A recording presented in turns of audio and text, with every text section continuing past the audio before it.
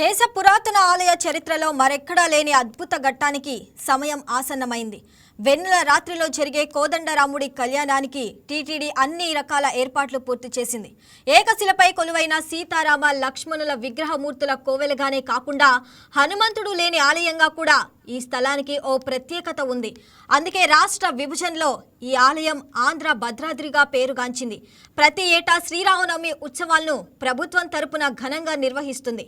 పౌర్ణమికి ఒకరోజు ముందు జరిగే ఈ ఉత్సవాలకు సీఎం చంద్రబాబు దంపతులు స్వామివారికి ముత్యాల తలంబ్రాలతో పాటు పట్టు వస్త్రాలు సమర్పిస్తారు. ప్రపంచంలోనే శ్రీరాముడి ఆలయాల్లో కళ్యాణం శ్రీరామనవమి రోజే జరుగుతుంది.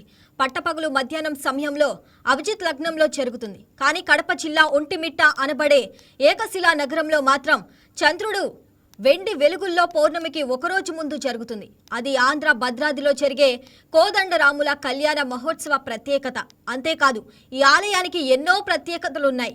కడప తిరుపతి మార్గం మధ్యలో ఉంటున్న ఈ రామాలయంలో కోదండరాముడు, సీతాదేవి, లక్ష్మణస్వామి ఒకే శిలపై చెక్కబడి ఆసీనులు కావటం విశేషం. ఫలితంగానే ఈ ఆలయానికి ఏకశిలా నగరం అనే పేరొచ్చిందని పురాణం చెబుతుంది. టీటీడీ నేతృత్వంలోని రాష్ట్ర ప్రభుత్వం ఏటా మాదిరిగానే ఈసారి కూడా కళ్యాణం ఏర్పాట్లను ఘనంగా పూర్తి చేసింది.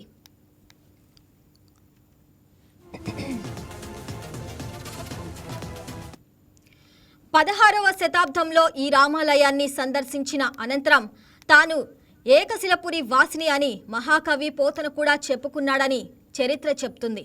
శ్రీరాముడు దేవాలయంలోని మూల విగ్రహాల్లో రాముడి విగ్రహం పక్కన ఆంజనేయుడు విగ్రహం లేని రామాలయం ఇదొక్కటే కనిపిస్తుంది. హనుమంతుడు శ్రీరాముని కలవడానికి ముందే ఒంటిమిట్టలోని సీతారామ లక్ష్మణుల ఏకశిల విగ్రహాన్ని స్థాపించినట్లు కథనాలు వినిపిస్తున్నాయి. చంద్రుడు వెలుగులో స్వామివారి బ్రహ్మోత్సవాలను నిర్వహించడం ఈ దేవాలయం ప్రత్యేకత.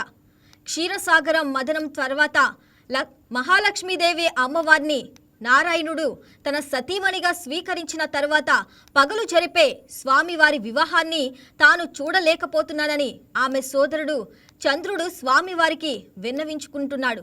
ఒంటిమిట్టలో వెన్నెల వెలుగుల్లో తన కళ్యాణాన్ని వీక్షించవచ్చని అప్పుడు నారాయణుడు చంద్రుడికి వరమిస్తాడు. దాని ప్రకారమే రాత్రిలో అక్కడ స్వామివారి బ్రహ్మోత్సవాలు జరుగుతున్నాయని పురాణాలు సెలవిస్తున్నాయి. శ్రీరామనవమి ఉత్సవాలను ఏటా 9 రోజుల పాటు అంగరంగ వైభవంగా నిర్వహించడం ఇక్కడ ఆనవాయితీగా వస్తుంది.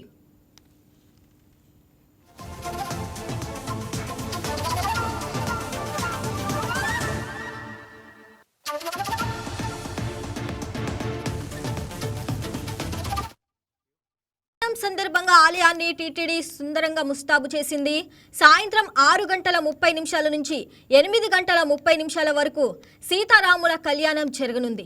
సీతారాముల కళ్యాణం సందర్భంగా సీఎం చంద్రబాబు దంపతులు పట్టు వస్త్రాలు సమర్పించనున్నారు. మొత్తం 2624 మందితో పోలీసు బందోబస్తు నిర్వహిస్తున్నారు. 5 అదనపు ఎస్పీలు, 30 మంది డిఎస్పీలు, 98 మంది సిఐలు, 226 మంది ఎస్ఎల్తో పాటు పలువురు సిబ్బంది బందోబస్తు విధుల్లో పాల్గొంటున్నారు. వాహనాల పార్కింగ్కు 18 స్థానాలను ఎంపిక చేశారు.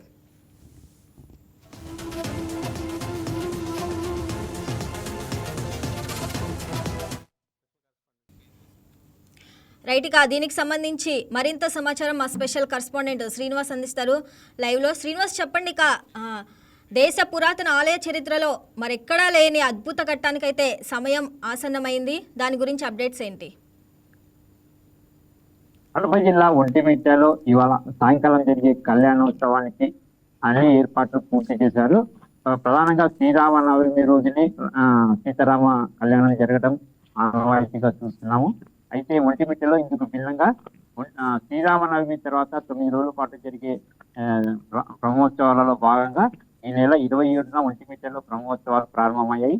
ఈ బ్రహ్మోత్సవాలలో భాగంగా 6వ రోజు నేడు ఒంటిమిట్టలో సీతారాముల కళ్యాణం నిర్వహించేందుకు ఇటు తిరుమల తిరుపతి దేవస్థానం ఆధ్వర్యంలో అన్ని ఏర్పాట్లు పూర్తి చేశారు. ఈ కళ్యాణాన్ని తిలకించడానికి దాదాపుగా 60,000 మందికి పైగా వీక్షించేందుకు అవసరమైనటువంటి ఏర్పాట్లు కూడా పూర్తి చేశారు. దాదాపుగా 166 గ్యాలరీలు ఏర్పాటు చేశారు. ఒక్కొక్క గ్యాలరీలో 500 నుంచి 600 మంది కూర్చొని వీక్షించేలాగా ఏర్పాటు చేశారు. మొత్తం ఈ గ్యాలరీలను కూడా ఇటు విఐపీలతో పాటు విఐపీలకు సపరేట్ గ్యాలరీలతో పాటు ఆ, భక్తులకు సపరేట్, అదేవిధంగా ఆ, మరికొన్ని గ్యాలరీలను కూడా ఏర్పాటు చేయడం జరిగింది. ఇవాళ సాయంకాలం 6 గంటలకు జరిగే ఈ కళ్యాణోత్సవానికి రాష్ట్ర ముఖ్యమంత్రి నారా చంద్రబాబు నాయుడు హాజరవుతున్నారు. సంప్రదాయబద్ధంగా రాష్ట్రంలో శ్రీరామనవమి ఉత్సవాల సందర్భంగా ఒంటిమిట్టలో స్వామి అమ్మవార్లకు పట్టు వస్త్రాలను సమర్పించడం ఆనవాయితీగా వస్తుంది. ఇందులో భాగంగానే ఇవాళ రాష్ట్ర ముఖ్యమంత్రి నారా చంద్రబాబు నాయుడు ఇటు నెల్లూరు పర్యటన ముగించుకొని ఒంటిమిట్ట సాయంకాలం 4:45 ఒంటిమిట్టకు చేరుకుంటాడు. అక్కడి నుంచి హెలిప్యాడ్ చేరుకున్న ముఖ్యమంత్రి కొద్దిసేపు విరామం తీసుకొని శ్రీ కోదండరామస్వామి ఆలయాన్ని దర్శించి స్వామి అమ్మవార్లకు పట్టు వస్త్రాలను సమర్పిస్తారు. అనంతరం కొద్దిసేపు విశ్రాంతి తీసుకున్న తర్వాత ఒంటిమిట్ట సమీపంలో జరిగే కళ్యాణోత్సవానికి హాజరవుతారు. ఈ కళ్యాణోత్సవం సందర్భంగా అక్కడ ఆ కార్యక్రమంలో ముఖ్య అతిథిగా పాల్గొంటారు. ఈ కార్యక్రమం అనంతరం రాష్ట్ర ముఖ్యమంత్రి అక్కడే రాత్రి బస చేసి రేపు ఉదయం తిరిగి 8 గంటలకు అమరావతి వెళ్ళిపోతారు. అయితే ఒంటిమిట్టలో ఈ కళ్యాణోత్సవం సందర్భంగా ఇటు భద్రతా పరంగా మాత్రం ఇటు పోలీసులు కట్టుదిట్టమైనటువంటి చర్యలు చేపట్టారు.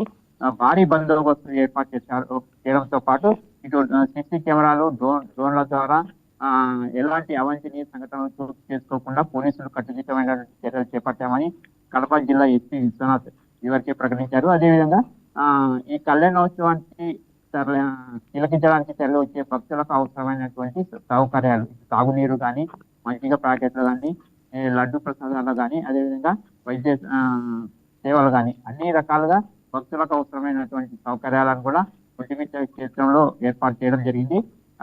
అయితే ఈ కళ్యాణోత్సవం సందర్భంగా కళ్యాణాన్ని తిలకించేందుకు వచ్చే భక్తులకు మాత్రం ఆ గ్యాలరీలో ఎంట్రీ అవుతున్న సమయంలోనే ఒక ముత్యాలు ప్యాకెట్లతో పాటు తిరుమల తిరుపతి దేవస్థానం సంబంధించిన లడ్డు ప్రసాదాన్ని కూడా ఒక లడ్డుని కూడా ఉచితంగా అందజేస్తున్నారు. సుమారుగా ఇప్పటికే దాదాపుగా 70,000 లడ్లను తిరుమల తిరుపతి దేవస్థానం నుంచి నిన్న రాత్రి ఒంటిమిట్టకు చేరుకున్నాయి. వీటిని శ్రీరాముని సేవకులు ప్యాకెట్ల రూపంలో తయారు చేసి గ్యాలరీలోకి వెళ్ళే సమయంలో ఒక్కొక్క భక్తునికి ఒక్కొక్క ప్యాకెట్ చొప్పున అందజేయడం అనేది ఈసారి ఉత్సవాలలో ప్రత్యేకత అని చెప్పవచ్చు. గత ఏడాది అంటే కళ్యాణాన్ని తిలకించేందుకు వచ్చే భక్తులకు లడ్డు అక్కడ కౌంటర్ల ద్వారా ఇచ్చేవారు. ఈసారి మాత్రం గ్యాలరీలోకి ఎంట్రీ అవుతున్న సమయంలోనే ఒక్కొక్క భక్తునికి ఒక్కొక్క లడ్డు చొప్పున మొత్తం దాదాపుగా 65,000 లడ్లను ఇప్పటికే ఒంటిమిట్ట చేసి అది ప్యాకెట్ల రూపంలో భద్రపరిచి సాయంకాలం కళ్యాణోత్సవం తిలకించేందుకు గ్యాలరీలో చేరుకుంటున్న భక్తులకు అందజేసేందుకు ఇటు సంబంధించి శ్రీరామ సమితి సేవకులు అందులో ఆ కార్యక్రమంలో పాల్గొనబోతున్నారు. అయితే ఈ ఉత్సవం సందర్భంగా ఇటు కడప తిరుపతి జాతీయ రహదారిపై రాకపోకలను ఇవాళ మధ్యాహ్నం నుంచి రేపు ఉదయం వరకు ట్రాఫిక్ ని డైవర్ట్ చేయడం జరిగింది.